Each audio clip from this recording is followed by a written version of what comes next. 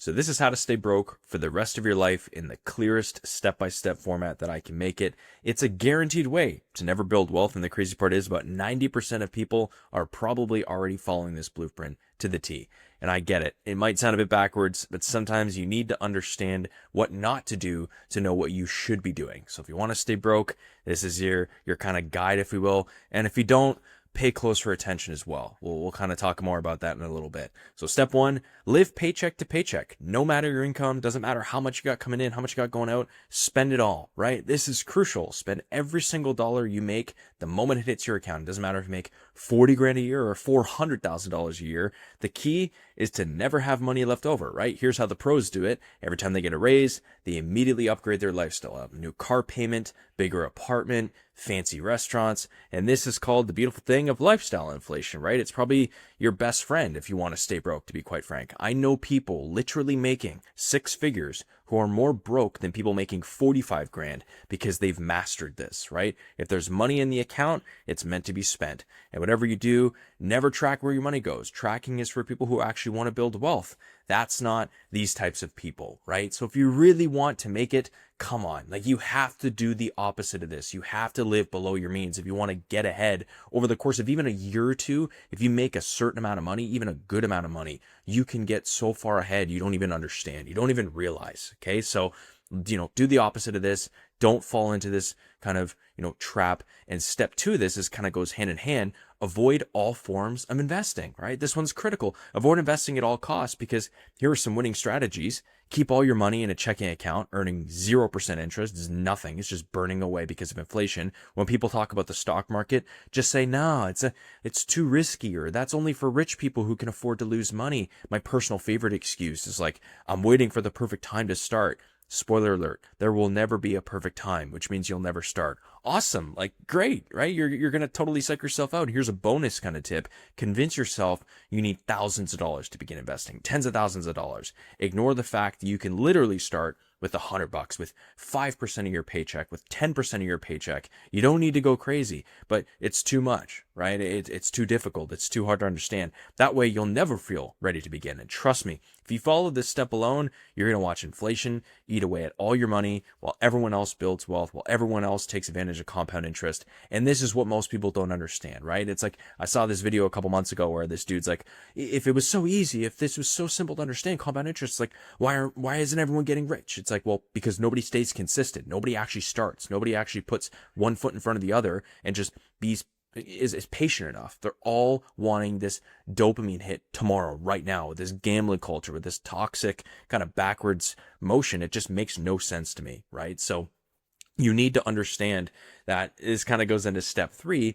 You should, if you want to stay broke, you should buy liabilities. You shouldn't buy assets, right? This is where things get fun. Focus all your money on things that make you poorer, not richer. Finance the most expensive car you can possibly qualify for. Those jokes where it's like 136 months or 112 months at a 30% interest rate, go do it. Go do it. Take advantage of that. Don't think about the total cost or money in, money out of the deal. Who cares? Only focus on the monthly payment. $800 a month, $1,200 a month. Perfect. That's money that you're never going to invest anyway, so you might as well buy a liability. Same thing with housing. Buy the biggest house payment, the biggest amount of rent that you can qualify for. The bank says you can afford, 3-4 grand a month. Awesome. Do it. Who cares? If you leave with nothing for emergencies or investing, it doesn't matter, right? Who gives a shit, right? Here's a pro move too. Lease everything. Cars, furniture, phones. This way you'll always have payments, but never actually own anything, right? So just remember, if it goes down in value and costs you money every single month, that's exactly what you want to buy more of, right? Because, you're going to be broke. You want to be broke. This is the perfect way to do that. You want to be in poverty for the rest of your life. Awesome, right? Obviously, guys, please do the opposite. What are you doing, right? I chase not having liabilities, and I'm all for buying a, maybe more expensive car to put a little bit of pressure on yourself. I know a guy who did this. He bought a supercar and he was making really good money, but he felt a little bit stagnant. The second month, the third month of owning that supercar, he turned it into a content machine. Better yet, it put that pressure under him to be like, dude, I got like a $2,500, $3,000 a month car payment. I need to make 30 to offset this. I need to make 40 because that's the revenue level that he was at. And it worked out very well for him. So again, I'm not saying don't put pressure on yourself, but come on. Why would you be an idiot? Why would you do the exact opposite of what you should be doing, right? So anyways, step 4, master the art of lifestyle inflation. We touched on this earlier, but let's go deeper. Lifestyle inflation is like an art form, right? And if you want to be broke, you got to master it. The moment you get any extra money, a raise, bonus, tax refund, immediately find ways to spend it permanently. Upgrade the streaming services, get a more expensive, membership, start eating out more often. The psychology behind it all is like, tell yourself, I work hard. I deserve this. Use this phrase for everything. That $200 dinner, you work hard. You deserve it. That designer, wallet, designer belt, you work hard. You deserve it. And whatever you do, never calculate the true cost. Don't ever think about like, oh, an extra $1,000 a month invested, an extra $2,000 a month invested could be X amount in the line. No. Don't think like that. Math is the enemy of staying broke. The goal is to make sure that you have, no matter how much money you make, you never have any left over to build any wealth with, right? So that's the play we're going for here. That's what you want. So play that card, right? Just do that. Like, obviously not. I can't even believe I'm talking like this. Like, it's just, you have to understand that lifestyle inflation will kill every single dollar that you have coming in. It just will. And if you try to keep up with the Joneses, if you try to keep up with the white picket fence and all that BS, like, you're never, who are you trying to impress? You're trying to impress people that just don't care. They think of yourself when you see a nice car. Even for myself, I'm a huge car guy. When I see a nice one, I'm probably forgetting about the Lamborghini that I saw the evening of or the next day, just because that's things, that's life, that's human nature. You have things going on in your own life. You don't really care what you saw the day before, right? So next one is probably argued my favorite, if you will. Step 5, develop a perfect victim mentality, right? This is where you really separate yourself from the people who build wealth. Blame everything and everyone except yourself. The economy's rigged. Your boss doesn't pay you enough. Rich people just got lucky or had wealthy parents or were Nepo babies or whatever the hell it is. Like, this mindset is gold because it removes all personal responsibility. You don't have to take any responsibility for anything that's happened in your life, right? So some phrases to practice are, the system is designed to keep people poor. You need money to make money. My personal favorite, rich people don't deserve their wealth. Eat the rich, kill the rich, whatever the hell it is.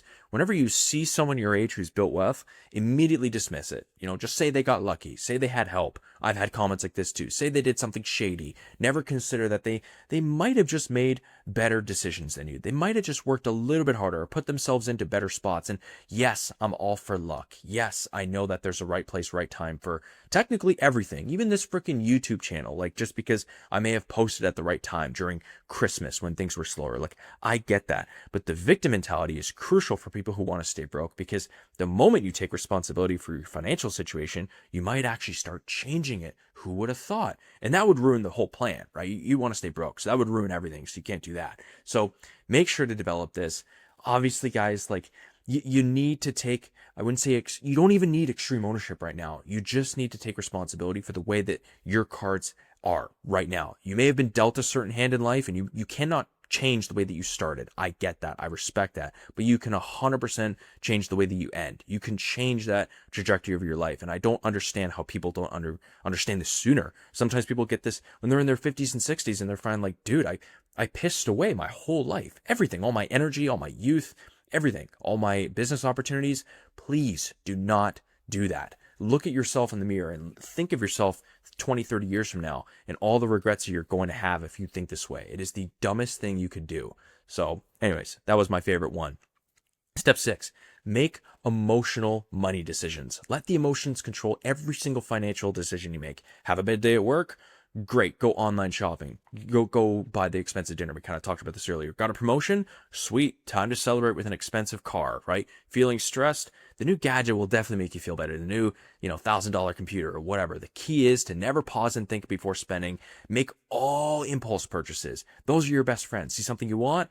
Buy it immediately. Just, who cares? Just buy it before logic kicks in. Here's a pro tip. Use shopping as your coping mechanism. That's the best part. It's like, instead of dealing with the stress and actually being a man about it and facing it head on and all the anxiety or the sadness in healthy ways, just spend the money. Who gives a shit? It doesn't matter. Who cares? It's temporary relief that creates permanent financial, damage, which is exactly what you're going for.